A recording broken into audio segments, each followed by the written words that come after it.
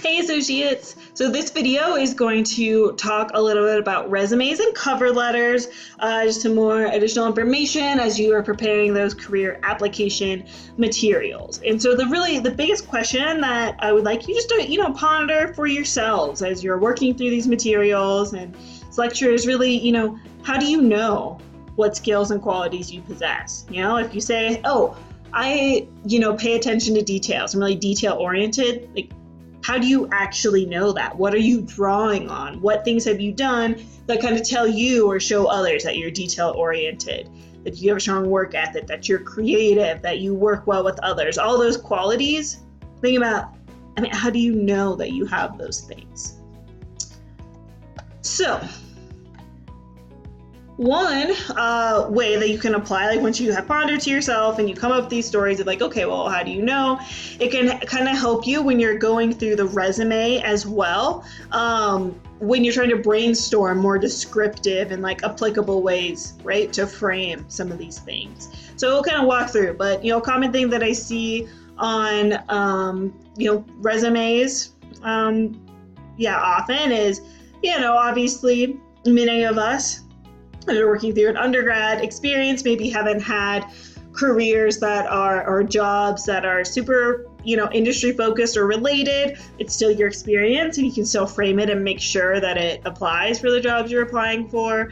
And so instead of just saying, okay, yeah, I was a server or, hostess or something at a restaurant, I'm going to see things like, okay, yeah, I served food, I rang up customers. Like, well, yes, that is what you did, but can you embed a little bit more description and stronger verbs into this? What did you do when you were serving food? What does it mean to serve food to people? What underlying skills and qualities go into serving food? Same, a lot of childcare and like nanny positions come up, and you're selling yourself short if you just say, watch children from 9 to 4. Like, okay, it's good that you have kind of this time range, but like you weren't just watching them, right? Like you're doing things to watch children. So focus and expand, like describe it. What did you do when you watched them? Or for volunteer things, helped can mean a lot of things. So be a little bit more concrete. How did you help? What did you do? Let's look at a few ways we might revise this. I encourage you to pause the video now and just like jot down some for yourself and kind of brainstorm, how can you discuss and redescribe served, watched, and helped. And when you're ready, unpause. All right, so assuming that you did that. So here's kind of some that I came up with when I was brainstorming. So if you have serving positions, right, instead of saying on your resume, oh, I served food and rang up customers, maybe you could go a little bit deeper, insert some of those verbs, that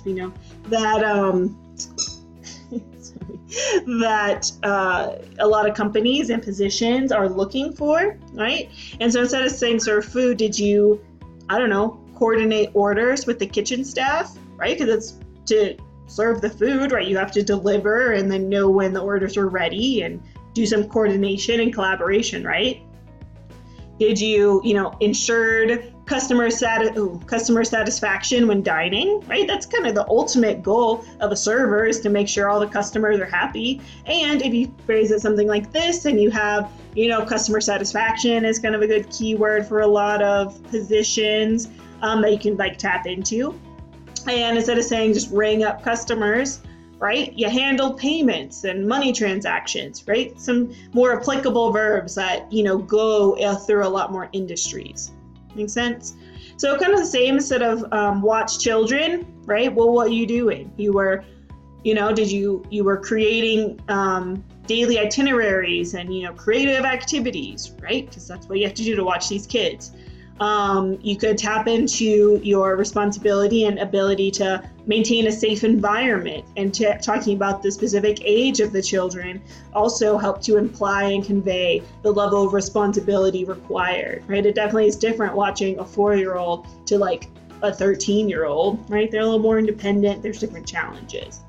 Or, balanced schedules, right? That speaks to your time management and your ability to prioritize tasks.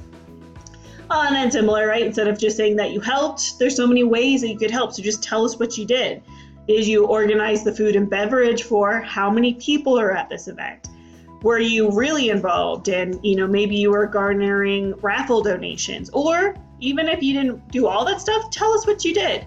Greet donors at the door for 2 hours, right? Now we know, hey, you actually gave 2 hours to connect with these people and these donors, and it shows maybe you have some, interpersonal skills, right? So go through your own resume as you're revising and drafting and really check what kind of verbs are you using. Are they weak? Watched? What does watched mean? Watched is what I do when I'm, on Netflix. Like, what did you do to watch? And then replace it with some of these stronger verbs that are going to mirror what's on the application. All right. Now for the other notes for the resume, make sure that you list your degree title, right? So don't just put your major, don't just say communication, right?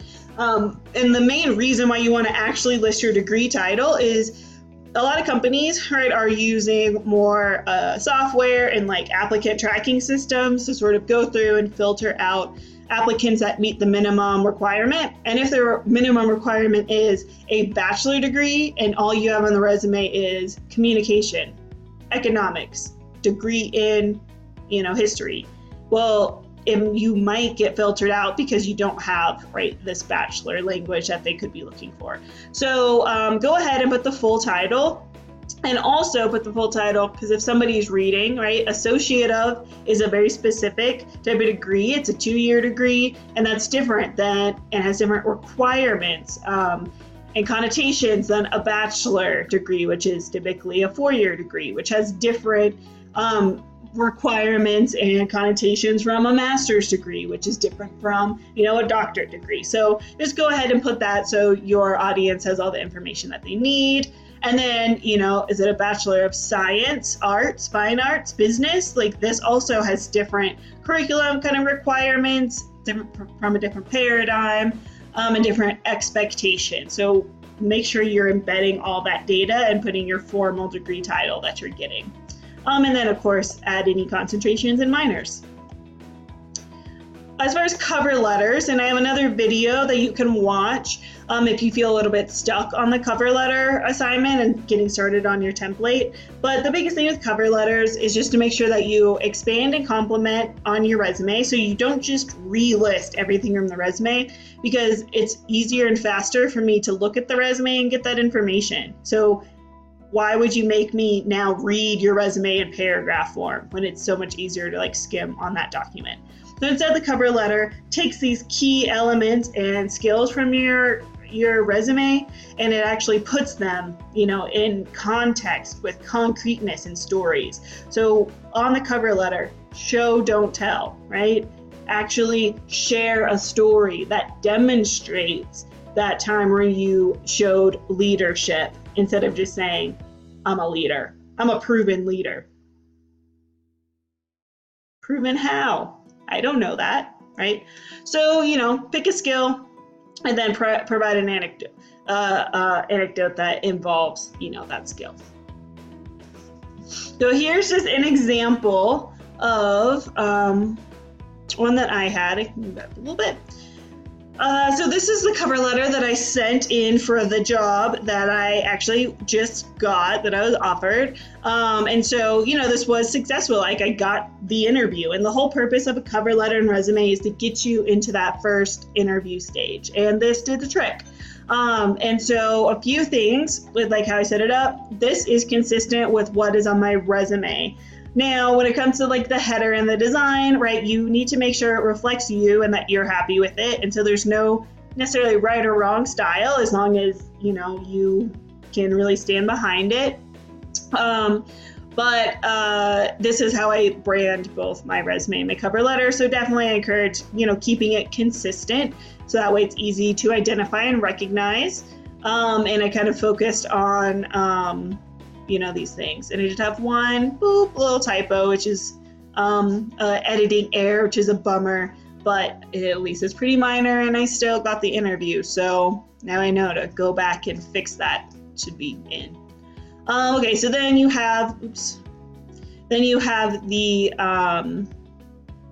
contact information, right, of the place you're applying to, have the date over somewhere in this top part.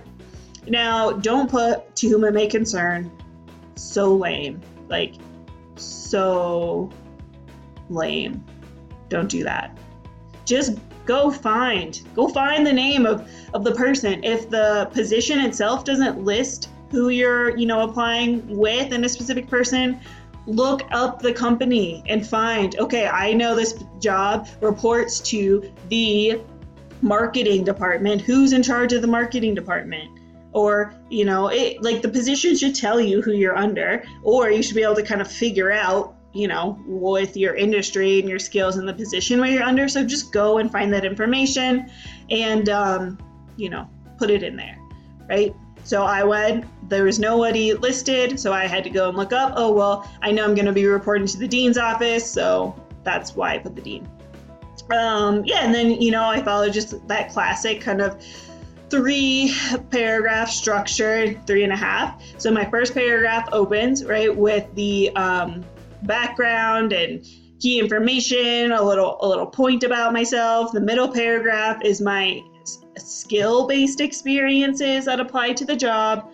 This paragraph is more of my academic-based experiences and personal projects. And then I end with like a thank you. So, and then signed it.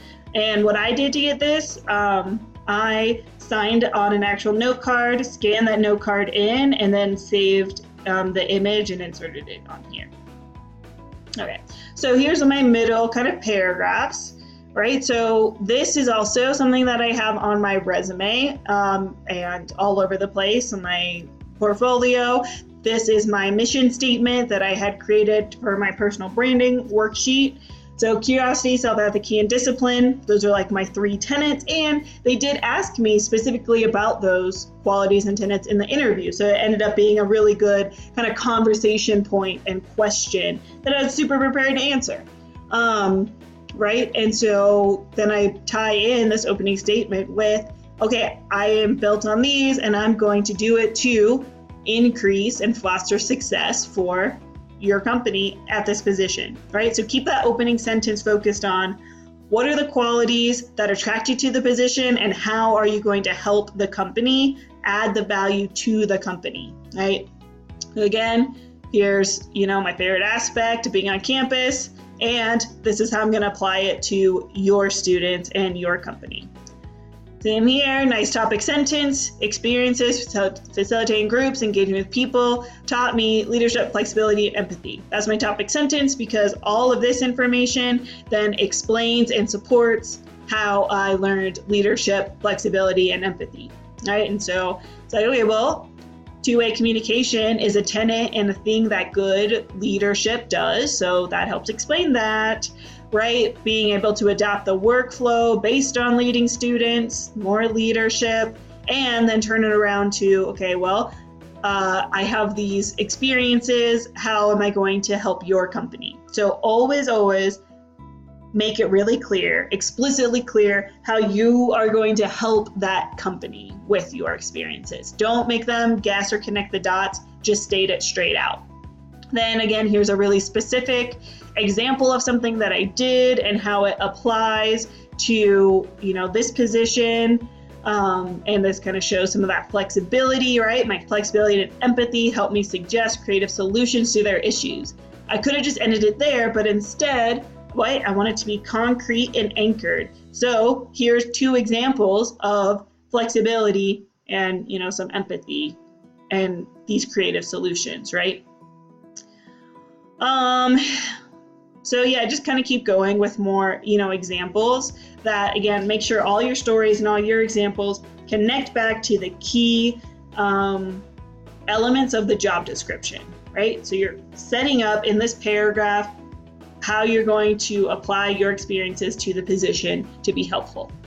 And then my last paragraph is about some personal projects with technology and diversity, another, kind of small piece of the job description. And I kept it really focused on the specific things that I did to engage with the campus community, right? So interviewing an alumnus and school spirit, right? applying for a university job. So I wanted to talk about how I already love and connect and foster school spirit. And the big part, again, right, these skills translate to blah, blah, blah, blah, blah across, the campus. So, hey, I'm telling you these things I've done. Here's specifically how they translate and why it makes me good for the job. And then I ended with, examples and how they can go to my portfolio and check some stuff out. Of course, if you list a portfolio, make sure the things are on there and it's, looking how you want it to look. Make sense?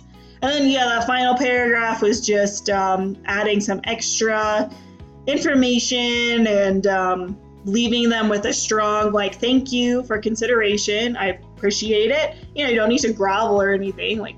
You're applying. That's what, they need to read it because you're the applicant. But it's important to recognize that they did take the time to actually read this letter. And so thank them, give them any extra information, and then leave them with a reason to want to talk to you. So I chose to say, because it connects back to this kind of beginning sentence, that I believe in my students and I strive to help them believe in themselves, because that is part of my mission statement and my philosophy and how I like to approach teaching and education. Makes sense? So the big picture with your cover letter and your resume is just show your value. Make sure on the cover letter especially, everything connects back to how you are going to be valuable for that company, how you are going to help them, how your experiences make you uniquely able to help them, improve their company. And then the last thing I just would encourage you to do is listen to this TED Talk. It's only 7 minutes long. You can just play it if you download the PowerPoint, or here's the link. And it's really just about more ways to show your value and think in more concrete terms for the application process. So I absolutely recommend taking a listen to it. I think it's really helpful. All right, so good luck on all your career application materials. Just remember to be concrete, show your value, don't sell yourself short, be descriptive, and apply. Bye.